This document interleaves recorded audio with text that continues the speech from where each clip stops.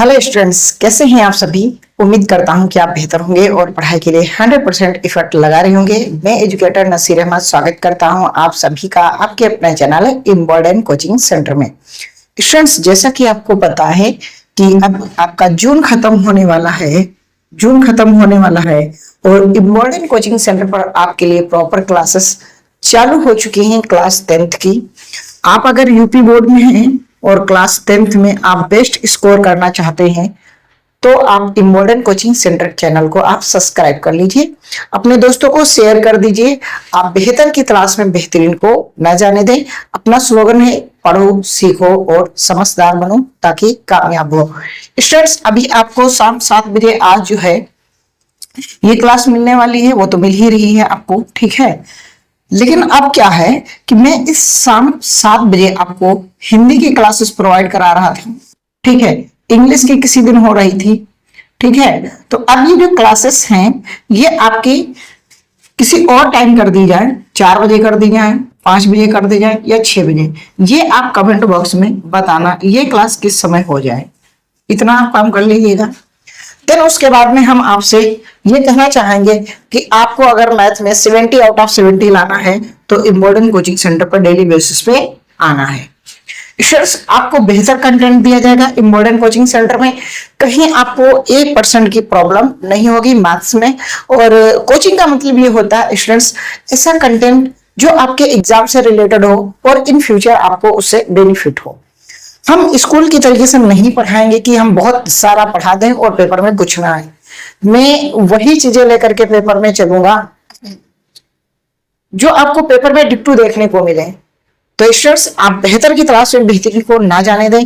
हम फिर कह रहे हैं, आप हमारा पढ़ाना देखिएगा एक बार और उसके बाद में फिर आप तय करिएगा कि चैनल को सब्सक्राइब करना है या नहीं करना है। आप मात्र मुझे 5 डेज दे दीजिए।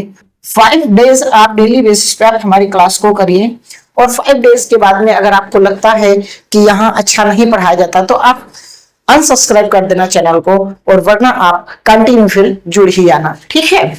आइए शुरू करते हैं आज की क्लास को। कह रहा है कि सिद्ध कीजिए √3 एक अपरिमेय संख्या है। √3 एक अपरिमेय संख्या है। आप एग्जाम हॉल में जाएंगे, आप सॉल्यूशन लिखेंगे। ये वाला जो क्वेश्चन है इसे नहीं नोट डाउन करेंगे, ठीक है। सॉल्यूशन में आप क्या लिखेंगे, सबसे पहले आप कहेंगे कि माना, ठीक है, √3 एक परिमेय संख्या है। क्या है? एक परिमेय संख्या है, ठीक, परिमेय संख्या है। इसलिए हम √3 को क्या लिख सकते हैं? √3 को हम लिख सकते हैं P/Q के रूप में, है ना। हम √3 को क्या लिख सकते हैं? P/Q के रूप में। तो लिखेंगे यहां P तथा Q सह अभाज्य, क्या?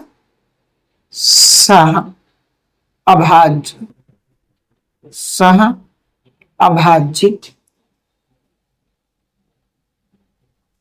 पूर्णांक है, अर्थात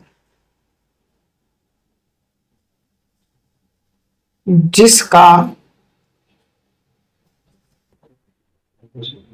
HCF 1 होगा तथा Q ≠ 0। अगर कोई संख्या है और वो परिमेय संख्या है तो परिमेय संख्या को हम P/Q के रूप में लिखते हैं, और जहां Q ≠ 0 होना चाहिए। यानी कि जैसे कि आपने ऐसे अगर कोई लिखा संख्या, तो अब ये आपको मान के चलिए, आप अगर 0 से किसी संख्या में आप भाग कर रहे हैं तो आपका क्या होगा? आंसर इनफिनाइट आएगा, ज्ञात नहीं किया जा सकता। क्यों? क्योंकि आपसे मैंने कहा कि ये 3 है और आपसे मैंने ये नहीं कहा कि कितने लोगों में बांट दो। तो आप कैसे बांटोगे? आप नहीं बांट पाओगे ना। तो ये चीजें हैं करके,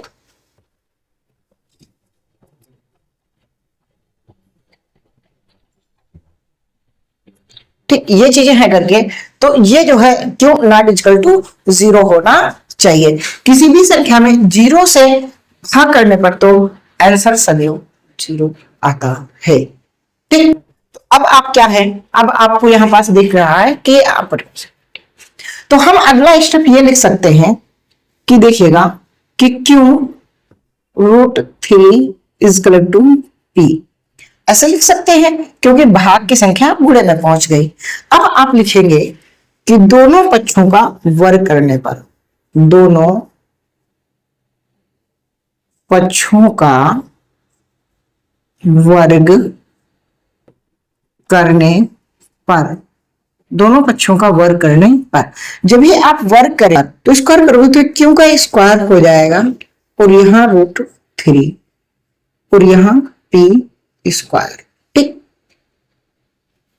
जब दोनों और स्क्वायर करोगे तो ये आ जाएगा रूट का थ्री हो जाएगा क्यों स्क्वायर बराबर पी स्क्वायर, ठीक। ध्यान रखना क्यों, क्योंकि आपको पता है कि रूट रूट की संख्या आती है जब कभी भी दो रूट की एक साथ में गुणा होती है तो उनकी संख्या आ जाती है। इतना आपको अच्छे से समझ में आ गया होगा, ठीक है। अब देखना मैं क्या कह रहा हूं, मैं ये कह रहा हूं, क्या कह रहा हूं कि इसको अगर भाग करेंगे तीन से पी को तो पी स्क्वायर तीन से विभाजित होगा, विभाजित होगा, इसलिए पी भी, इसलिए पी भी तीन से विभाजित होगा, विभाजित होगा। इतना हो गया। अब आप क्या करेंगे कि आपने दोनों पक्षों का वर्ग किया तो रूट रूट की क्या संख्या आ गई, ये क्यू का स्क्वायर हो गया, ये पी का स्क्वायर हो गया, राइट। अब इस तीन से अगर इसमें आप भाग कर रहे हैं तो पी स्क्वायर को तीन विभाजित कर रहा है, अगर पी स्क्वायर की बजाय केवल तीन होता तब भी ये तीन से विभाजित तो होता।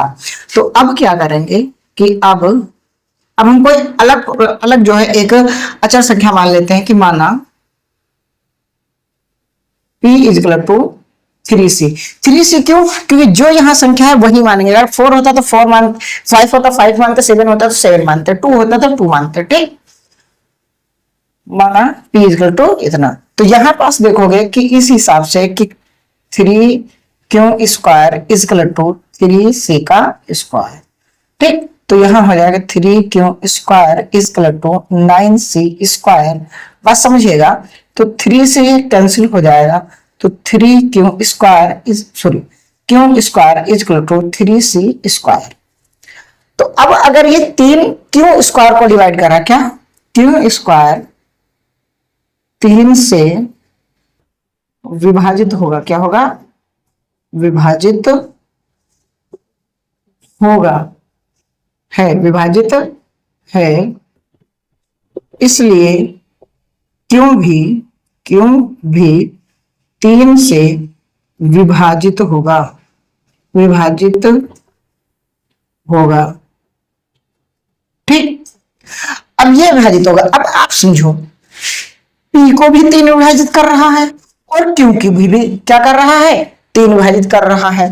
तो हम, और ये है क्या, पी और क्यू सहभाज्य हैं, इनका एचसीएफ तो एक आना चाहिए। तो हम लिखेंगे अतः पी तथा क्यू का एचसीएफ एक होना चाहिए,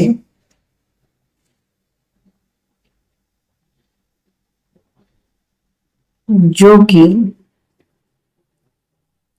हमें प्राप्त नहीं हुए हैं, अर्थात पी क्यू का एचसीएफ थ्री प्राप्त हुआ है, इसलिए हम कह सकते हैं कि रूट थ्री एक अपरिमेय संख्या है। हिंदी थोड़ा ऊपर नीचे हो सकती है, बट लिखने का तरीका यही है। ठीक है, लिखने का तरीका यही है कि कम से कम एक गुणनखंड एक होना चाहिए, जो कि हमें प्राप्त नहीं हो रहा है। इसीलिए हम क्या कह सकते हैं कि √3 एक अपरिमेय संख्या है। इसे √3 को परिमेय संख्या लिखने में हमें विरोधाभास उत्पन्न होता है। ये भी आप लिख सकते हैं, लेकिन ये बेस्ट है। आप बेहतर की तलाश में बेहतरीन को ना जाने दें। आज ये मैंने केवल डेमो क्लास ली है। आज की क्लास आपकी डेमो क्लास है। अगर आप सपोर्ट करेंगे तो ज्यादा से ज्यादा आपको क्लासेस प्रोवाइड कराई जाएंगे। तो मिलते हैं नेक्स्ट क्लास में शाम 7 बजे डेली बेसिस पे। जुड़ना ना भूलें इम्बोल्डन कोचिंग सेंटर पे।